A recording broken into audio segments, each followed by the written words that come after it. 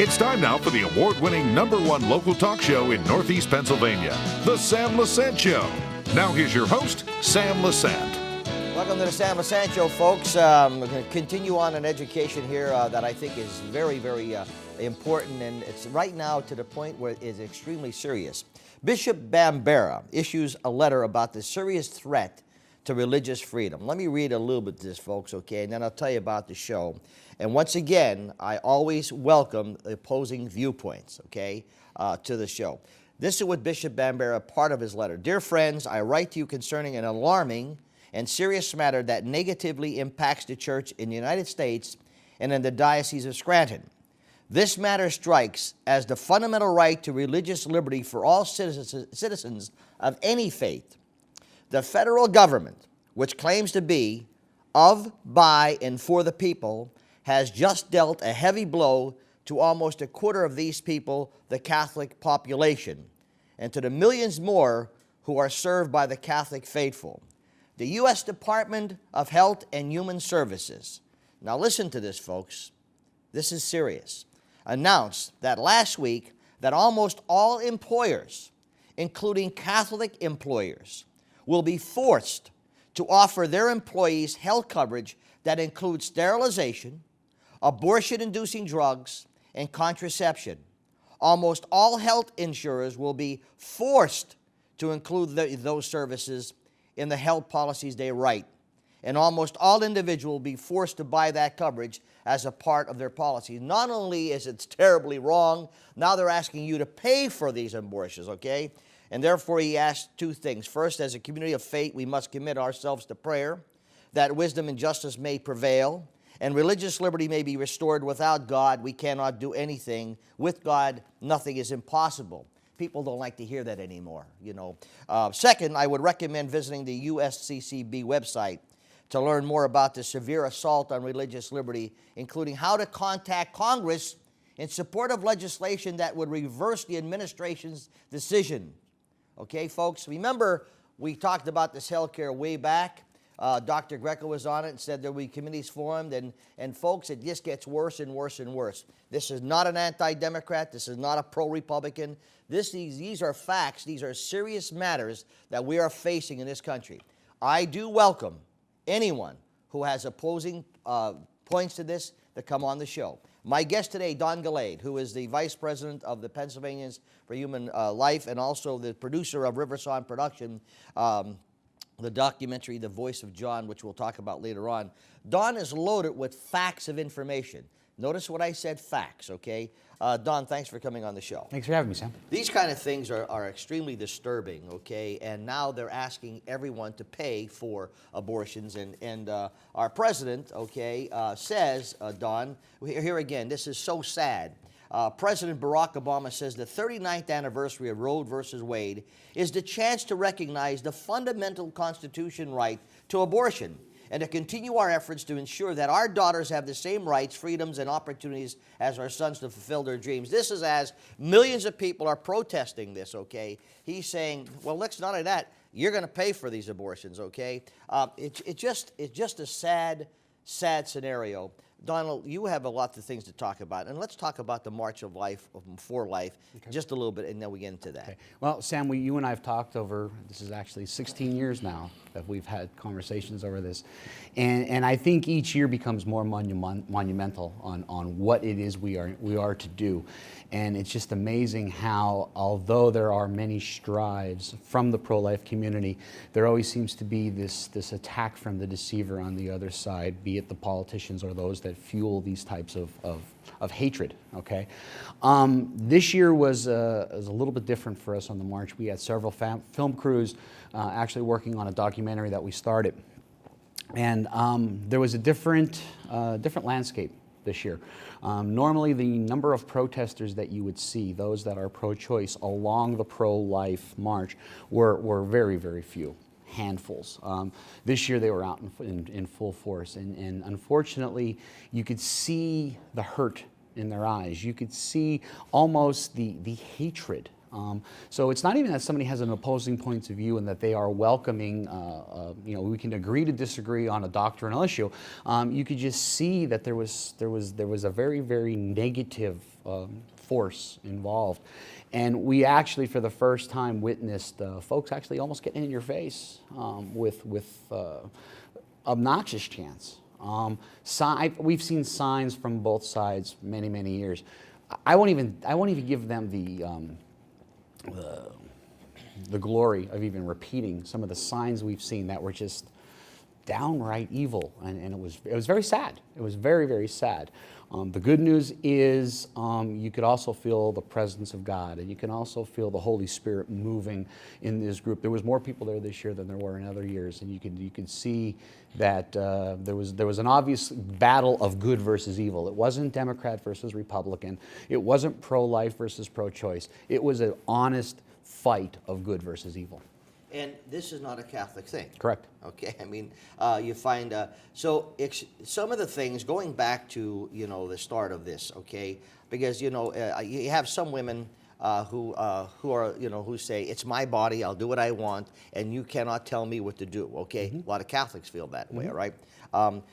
They feel, it's after the fact that they have an abortion, unfortunately, and then they have to pay the consequences that they killed a human being, okay? They don't think it that way because we're in a selfish society.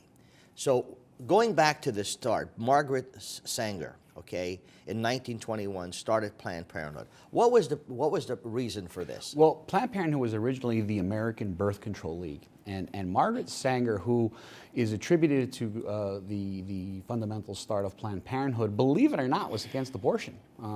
She thought that birth control was the way to basically get rid of the undesirables, and she was actually quite the racist. She was anti. It's actually believed that some of her racist views were the fundamentals that the Nazi Party actually utilized later years. But she actually has a quote that actually said, "We should hire 3 or 4 colored ministers, preferably with social service backgrounds and with engaging personalities. The most successful educational approach to the Negro is through religious appeal. We do not want the word to go out that we want to exterminate the Negro population." Careful, we do not want the word to go out. But it is those that can strengthen out the idea that occurs of any of their more rebellious members. Margaret Sanger from 1939 in a letter to Dr. Clarence Gamble. So she basically was anti-black. She wanted to exterminate the African American race, and that's why a lot of the Planned Parenthood clinics were in the inner city areas. She actually herself was against abortion, but Planned Parenthood morphed into something that became the largest abortion provider in the country. When you're talking about Planned Parenthood, okay, the name sounds Planned Parenthood. It sounds like it's a nice name, planning your parents and blah, blah, blah, blah, until you find out that sometimes it could be a major moneymaker. Oh, absolutely. Okay, and let's talk about that. Well, besides the fact of that there's money in the actual procedure itself, unfortunately, this is one of the things of why we're doing the documentary. Because first of all, I want to applaud you and your program, because you're one of the few TV stations probably in the country that would actually even address these issues. The liberal media definitely. They don't have the guts enough to present this, okay? They don't have the guts enough to say that it's a human life, okay? And they're trying to just like here's Bishop Bambera, okay, saddened. Every bishop, every Protestant, okay, that sees the part of life. It's always the fact that, it's a religious thing. It's not a religious thing, okay? We're talking about millions of people. Well, let's get back to the sale of these body parts. But there's a study that was done by an organization called Life Dynamics, and people can view this at lifedynamics.com. I want to read this so I don't misquote. In April of 1997, Life Dynamics began an undercover investigation into the marketing of body parts harvested from babies killed by elective abortion. The investigation lasted approximately 31 months. Most of the information in this report was provided by employees who worked for Comprehensive Health for Women, Comp Health. And basically it goes through and it says that, obviously, harvesting and selling body parts, which there's an actual list, and it's too gross to even talk about. But doing that is obviously illegal, but if the organization donates those said parts to some type of a scientific community, it's not considered a sale. And then there's like an underhanded compensation involved. And it actually, on this website, which I invite people to go through, it explains that process and it goes through it. But the bottom line is there is a fundamental financial advantage for those in this industry above and beyond. Their goal is obviously a dead baby. You know, Planned Parenthood's website itself actually comes off as this, you know, this warm, fuzzy, and almost inviting kind of organization. But when you look on some of the links, and it'll talk about, you click on a link that is geared for teenagers, and it says, well, you've made a mistake. Well, you've made a mistake. Okay, and that's how, unfortunately, this is really a conscious issue. Sam, 16 years ago, I thought that we were going to change the rules. And you know, I've been on this show many times with folks like Senator Santorum, who's obviously amazing at what he's done with the partial birth abortion laws. But we thought we would change the laws. Now it's really about changing the hearts. It's really about changing the minds, because the goal of the abortionist is a dead baby, period, the end. Okay? Planned Parenthood would assume that you're giving the child a choice. You're letting them talk about adoptive services. And we've done some great work with Catholic Social Services and Neil Oberto. Yeah, I remember doing a telethon. I won't mention the hospital. People will know what the hospital was. And we're out there fighting for the muscular dystrophy, okay? We were doing the telethon, and Miss Judy and I were talking about a certain hospital, and she says, isn't it so sad that on one end of the hospital, the premature, we're fighting to keep babies alive. On the other end of the hospital, they're killing them. Folks, I'm talking to Don Galade about this issue. Bishop Bambera strictly said it in his letter, a serious threat to religious freedom. Now they want you to pay for all of this stuff. We knew it was coming, folks. The legislators and the senators who supported this health care now have to pay the price. We're all paying this particular price. And once again, I welcome the opposite side to come on the Sam Lesante Show. We'll be back right after this with more shocking information. Welcome back to the Sam Lesante Show, folks. SSPTV.com.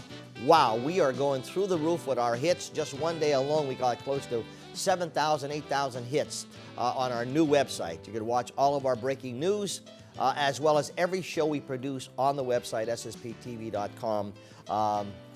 Go to it and see what's going on. My guest, Don Galade, who is the Vice President of the PHL, Pennsylvanians for Human Life, and also the producer of the documentary, The Voice of John. Interesting. How many deaths so far have we had because of abortions? Okay, according to, obviously all these statistics were from national organizations that are posted online that we can provide people with the websites to. It's estimated that over 53 million babies have died in the United States alone since 1973. Now, you get your head around that, 53 million. If you add up the number of deaths from every major military conflict worldwide, Russia, United States, World War I, World War II, total deaths worldwide since 1776, 61,336,000. So we've aborted almost as enough babies in the United States as have died at the hands of a military conflict worldwide. Abortion since 1922, because it's been around longer than 1973. Worldwide since 1922, we've aborted 949 million people worldwide. Okay, we've aborted more than one entire generation. So there's many folks out there that'll say, well, you're a one-issue voter. What about Social Security? Well, if there were 53 million people right now, of which maybe 70% of them would be over the age of 18 and working, Social Security wouldn't be broke because there'd be 40 million people that would be actually paying into Social Security. Well, what about our jobs? Well, if there were over 40 million people that were in the working society, in the workplace environment, there'd probably be more jobs. So the people that say that you're a one-issue voter, it's not about abortion. That one-issue thing, it ticks me off too. And I said this to a person. Sammy, you're always moaning about what about Social Security? What about this? What about that? And I said, okay, fine. If your son or daughter, or your wife or a spouse, or your mother or father was dying, sick, okay, you will do everything you possibly can to try to save that person's life. You're not thinking at the time, oh, what about Social Security? Just a minute, Mom, you're going to die. Oh, my daughter is sick, and, well, no, wait a minute. I don't know we could pay that much attention to save your life. We got to be concerned about Social Security, about all this stuff. All of a sudden, it's not a one choice then. Everything focuses on saving that life. Well, interestingly enough, when you look at the Obamacare legislation, okay, and there's things in there. First of all, it's not about health care, period. There's no question about it. But there are provisions in this health care bill, okay, that actually state that the goal is if you are 70 years of age and maybe you're not in such great health, well, we can withhold some care here. So now the one-issue voter who's 70 years old right now, how quickly this, if you don't have the sanctity of life, womb to tomb, whether it's abortion or whether it's euthanasia for somebody who's now 70 years old, which our documentary is going to touch as well, okay? And just to go into the documentary, for 16 years we've been, wondering what it is God has us doing. Why are we doing this? And it all came to fruition with my close friend Chris Pizer, and hence the birth of River Song Productions. Marianne Lahan, who's the president of PHL, who's been on your show many times, and by the grace of God has probably saved more babies than she can count. Yes. When she was a young nurse in Virginia, and actually when Roe versus Wade happened, she stumbled across the botched abortion, and the baby was actually alive, laying on a metal table in what's called the dirty linen closet. And as she tried to explain to these doctors, there's a baby. They said, no, it's an abortion. No, it's a baby. No, it's an abortion.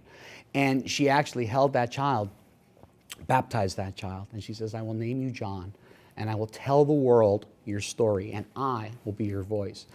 I've heard Marianne tell that story hundreds of times as we speak in many different groups, and it dawned on us as we were filming this documentary. We were in Washington going from one site to another, and we're on the subway, and it just dawned on us. That's the name of the documentary, The Voice of John. I think it's fabulous. And John will be the one who's narrating and telling the story. And of course, at the end of the documentary, John's going to tell his mom he forgives her, because this isn't just about berating somebody who's made a bad decision. Okay, Christ tells us that there's healing when we mess up. And if you have done this, okay, there is healing, and there is multiple support groups and multiple organizations such as Rachel's Vineyard, where you're not forgotten, you're not discarded. Okay, so there is a healing quotient to that. If you did listen to the blob of tissue lies that the abortionists will spew, that there's healing involved for those that have done it. How do you answer the questions? Okay, I have a guy who emails me who hates Barletta with a passion, hates every Republican, hates every conservative, just with a passion. He's telling me how they're going to take over the world. That's I said someday I'll have you on my show and we'll talk about pro-choice. And he said I'll be there. I don't know if he's pro-choice, but anyway, how do you reason the conscience here? Bishop Bambaras telling you we got a serious problem. And you're right about the 70-year-old. Wait till that hits, okay? Wait till all these people who think that Social Security, okay, they know it's in jeopardy. Wait till they find out about their health, okay? It's going to be an explosion, okay? We're just seeing the little bit of this sickness now. How do you answer, the question that it's a one-issue type thing? It's my body, especially women, okay, feel that you're trying to invade something, okay? What the men care, okay? We do care a lot, and believe me, Ned Doherty sat where you sat and talked about how many abortions he had or what his girlfriends had, and what went through and the lives, etc. What do you say to the people like that? Well, first of all, okay, the laws need to be changed so that the woman who is going to have this procedure needs to know the truth. We have a wonderful congressperson down in Erie, Pennsylvania, Congressman Raff, who has proposed legislation in Pennsylvania where a woman who is planning an abortion must see an ultrasound. Now, they have 4D ultrasounds right now that are, there is no, blobs of tissue with eyes, nose, and mouths and sucking their thumb, okay? So, of course, the abortion industry is outraged by this. They don't want this because it spews everything. It comes against everything that they preach. So, number one, we need to educate these women because, we've interviewed countless folks in Washington that have had abortions that says, we were lied to. Norma McCorvey, who was actually the companion decision of Roe versus Wade, which is Doe versus Bolton. We don't have enough time to unpack that, but that's the whole life of the mother issue. She actually later said, you know what, I was lied to, and became pro-life, went to the Supreme Court and said, I lied to you, and they said, too bad, it's already a law. So the point is the education, and that's the point of this documentary, is to really drill down and give the folks the truth about this issue, because the liberal media will spew this rhetoric. And you wonder why, Don. You wonder, you look at you're killing a baby, okay? And if you have no respect for that life, why do you have respect for properties? And why do you have respect for neighbors? Why do you have respect for, that's why you're seeing what's happening in this country today, the world, okay? They're killing each other, they're murdering, they have no respect. They're go here, take care of the baby, kill the baby, etc. That's if it's a blob of tissue, Luke 1:15 states that when John the Baptist was conceived, this is from the Bible now. From okay? the Bible. You didn't write this. I didn't write this. Okay. I could never do that. Okay. John the Baptist will be filled with the Holy Spirit even in his mother's womb. It doesn't say the blob of tissue will be filled with the Holy Spirit. Folks, I'm going to go for a break. I'm talking to Don Galade, interesting subject matter. I know a lot of you people, not a lot of you agree with me. Some of you people don't even talk to me anymore because I am so pro-life and have shows like this, and you ignore me because you think I'm anti-Democrat. I'm not anti-Democrat. I'm anti the people who are allowing this to happen, okay? There are some Republicans that feel the same way. It's wrong. It is murder, period. We'll be back right after this. Welcome back to the Sam Lesante Show, folks. Bishop Bambaro issued a letter about the serious threat to religious liberty. He is asking you to contact Congress to support in support of legislation that would reverse the administration's decision on this health care, because they're going to be funding things such as for abortion, include sterilization, abortion-inducing drugs, and contraception. That means you're paying now for all these abortions. God bless you if you're over 7 years old or if you're sick. Don Galade's my guest. I want to talk about his CD, Less of Us. You can get this iTunes or lessofusband.com. Excellent CD, fabulous, and his book's coming out. I like this, In God We Trust and The Dollar We Worship. Isn't that the truth? Let's talk about Dr. Nathanson. We got about 4 minutes left. Dr. Bernard Nathanson was the doctor, I'll use that term loosely, who actually was in very, very fundamental in starting NARAL, which is the main abortion group. To his credit, he had, I think, over 50,000 abortions that he had performed. One day he went into a procedure room, and there was a woman there that was 8 months pregnant, and he performed a late-term abortion. He left that room and went into another room where the woman was 8 months pregnant, and his job was to save that baby. And something ticked inside of him, and he realized, wait a minute, these two women are the exact same gestation, and in one room I killed the baby, in the other room I'm going to save it. And the Lord got a hold of his heart. He became born again, and he realized that he was doing some things. He did a commercial, didn't he? Yeah, we ran that commercial. Now I'm thinking about it. And he actually, till his dying day, which was just last year, actually then tried to reverse. Him and Norma McCorvey combined went to the Supreme Court to try to reverse this, and they didn't want to hear nothing. Of course not. Of course not. Because again, it's a popular thing.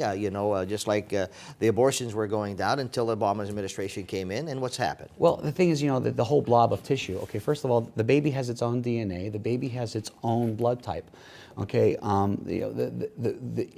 if the goal of the abortionist is a dead baby, why is there something called partial birth abortion? Well, all they have to do is fully have the baby born, where they can have an adoptive family, where there's more people willing to adopt than there are abortions.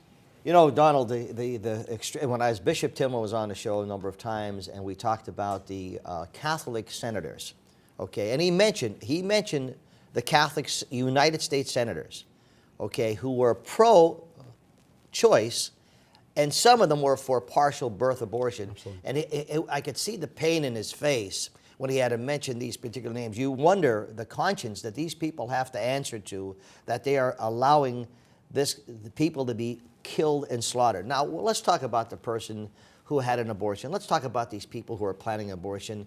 And it's not an easy matter. There's no question about it. What help do we have? Well, first of all, if there's a person that is in a crisis pregnancy, okay, and it's not a mistake, it's a crisis. And there is organizations out there that can give you true information. They can contact Pennsylvanians for Human Life, Mary Ann Lahan, will personally meet with these folks, as she has hundreds and hundreds of times in our community, and explain to this person that, you know, there are organizations out there that will help pay if it's a financial thing why they can't have the child. There are organizations out there that will help fund whether or not the woman wants to try to keep the child, to help them giving clothing and shelter, and we've actually even helped folks even acquire shelter so that this person isn't out on the street. So it's, do not fall to the lies of the abortion industry that it's just a blob of tissue, don't worry, because the number of women that have had abortions, they have the higher incidence of alcoholism, drug addiction, cervical cancer. Many can't have children later in life. They need to get educated, and the resources are there for the true education. But most importantly, if they have already done this, there are groups out there that can aid in the healing process. You know, it's funny when you're talking about, you know, the decline of the American people, the decline of the world.